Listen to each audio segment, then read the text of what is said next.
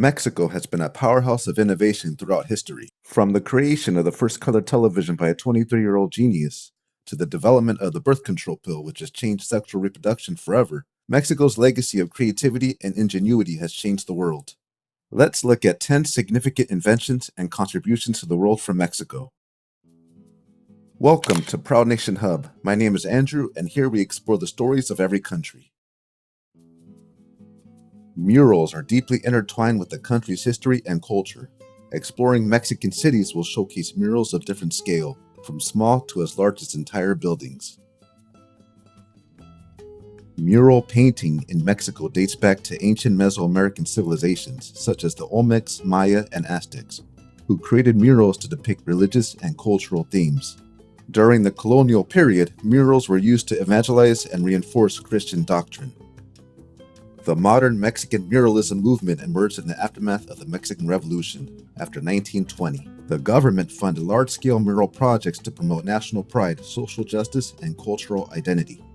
This movement aimed to educate and inspire the public through art, making it accessible to all. The movement was spearheaded by three influential artists known as the Big Three: Diego Rivera, José Clemente Orozco, and David Alfaro Siqueiros. Their murals depicted Mexico's history, struggles, and aspirations, often incorporating political and social messages. Rivera's murals, for example, celebrated the working class and indigenous heritage, while Orozco and Siqueiros focused on themes of revolution and social change. Mexican muralism has had a profound impact on art and culture, both in Mexico and internationally. It inspired the Chicago art movement in the United States and influenced public art projects worldwide. The movement also paved the way for future generations of artists to use murals as a powerful medium for social and political expression. The avocado, known scientifically as Persea americana, has its roots in the southern region of Mexico.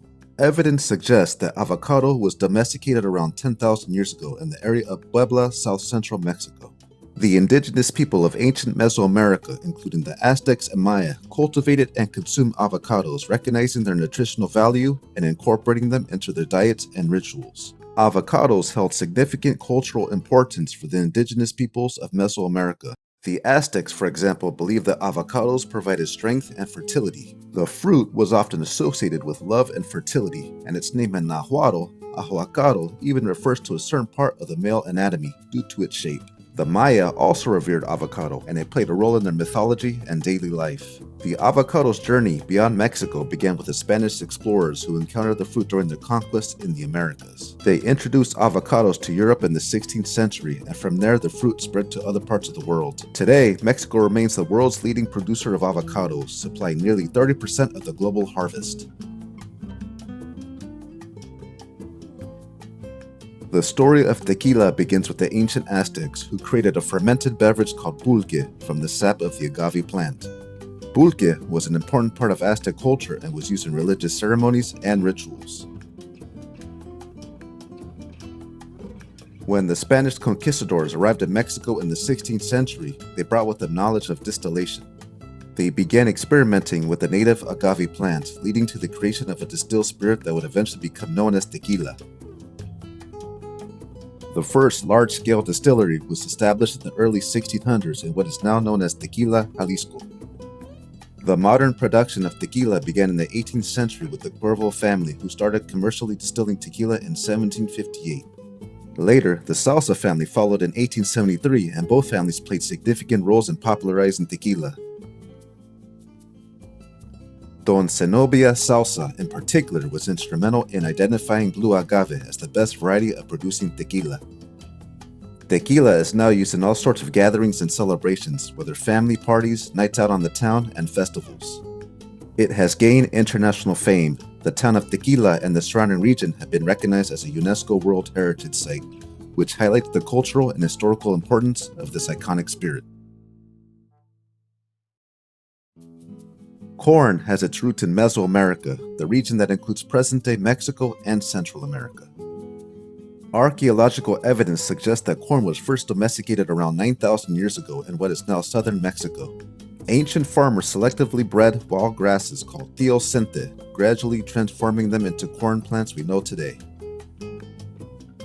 Corn holds immense cultural importance in Mexico. In pre-Columbian times, it was considered a gift from the gods, and rituals and ceremonies surrounded its cultivation. The Olmecs, Mayans, and Aztecs, among others, revered corn as a sacred crop, attributing it with symbolic and spiritual significance. Corn forms the foundation of countless traditional dishes in Mexico, from tortillas to tamales, from pozole to atole. Corn is a staple ingredient in Mexican cuisine. It is also used in various snacks, soups, stews, and even desserts. Corn's significance extends beyond its use as a food source. The Mexican artisanal tradition includes the crafting of corn husk dolls, intricate corn husk flowers, and vibrant decorations made from corn cobs.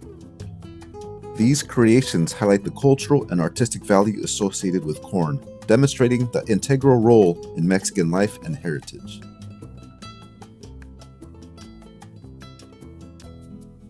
The origins of chocolate date back to ancient Mesoamerican civilizations. The story begins with the Olmecs, one of the earliest known civilizations in Mexico, who are believed to have first cultivated cacao trees around 1500 BC.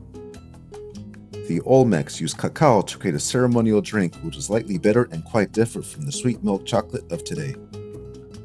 The Maya civilization, which followed the Olmecs, further developed the use of cacao. They revered chocolate and incorporated it into their daily lives and rituals. Mayan chocolate was a thick, frothy beverage often mixed with chili peppers, honey, or water. It was enjoyed by people of all social classes and played a significant role in celebrations and important transactions. The Aztecs, who came after the Mayans, took their admiration for chocolate to another level. They believed cacao was a divine gift from the gods and used it as currency. Aztec chocolate, known as chocolatl, was a spiced beverage enjoyed by the elite and used in various ceremonies. The Aztec ruler Montezuma II was known for his love of chocolate, reportedly consuming large quantities daily for energy and as an aphrodisiac. When the Spanish conquistadors arrived in the Americas, they were introduced to chocolate and brought it back to Europe. Over time, chocolate evolved from a bitter beverage to the sweet treat we enjoy today, thanks to the addition of sugar and other ingredients. Currently, my favorite chocolate are Reese's Pieces. What's yours? Feel free to leave that in the comments below.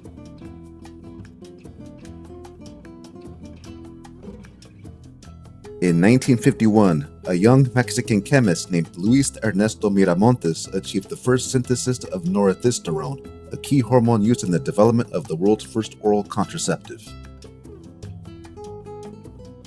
Miramontes was only 26 years old and a student at the National Autonomous University of Mexico, UNAM, when he made the significant discovery while working at Syntex Laboratories. Syntex Laboratories, a Mexican pharmaceutical company, played a crucial role in the development of the birth control pill. Under the guidance of George Rosenkrantz and Carl Gerasi, the team at Syntex was able to synthesize norethisterone from a Mexican plant called barbasco, which was rich in diosgenin, a precursor to progesterone. The synthesis of norethisterone by Miramontes and his team paved the way for the development of the first oral contraceptive pill, which was commercialized in the United States in the 1960s. This invention had a profound impact on society, empowering women with control over their reproductive health and, for better or worse, contributing to the sexual revolution of the 1960s.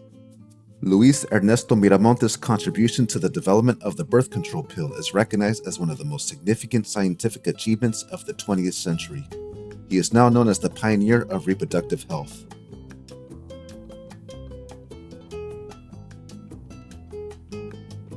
The modern form of lucha libre, which means free wrestling in Spanish, began to take shape in the early 20th century.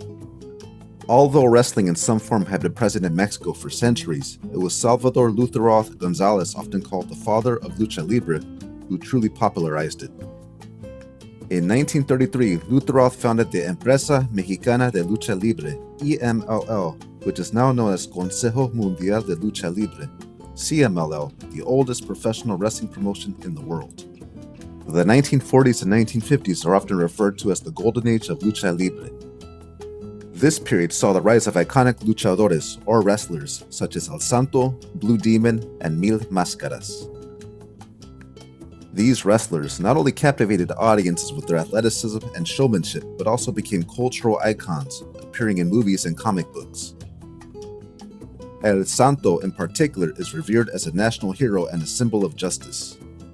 Lucha Libre is characterized by its colorful mask, rapid sequences of holds and maneuvers, and high-flying acrobatics. The masks hold a special significance, often representing a wrestler's persona, heritage, or even a mythical or animalistic entity. The dramatic and theatrical nature of Lucha Libre sets it apart from other forms of professional wrestling. Lucha Libre has become an integral part of Mexican culture, influencing not only sports entertainment, but also art, fashion, and film. In 2018, Mexican Lucha Libre was declared an intangible cultural heritage of Mexico City, highlighting its cultural and historical significance. Chewing gum has been around for centuries, with its earliest forms dating back to the ancient Maya and Aztec civilizations. The Maya were the first to explore the properties of the sapodilla tree, which produces a resin known as chicle.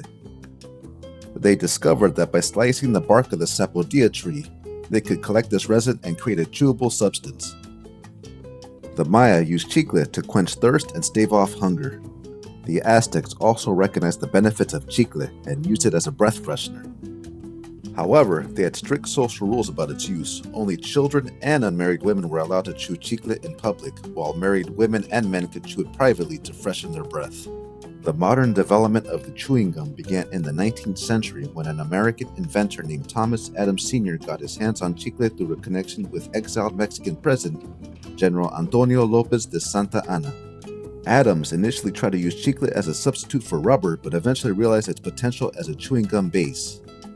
He formed a company that produced chewing gum, which became popular in the United States. Today, most commercial chewing gum is made from synthetic material, but there is a resurgence of interest in natural chicle due to its eco-friendly properties.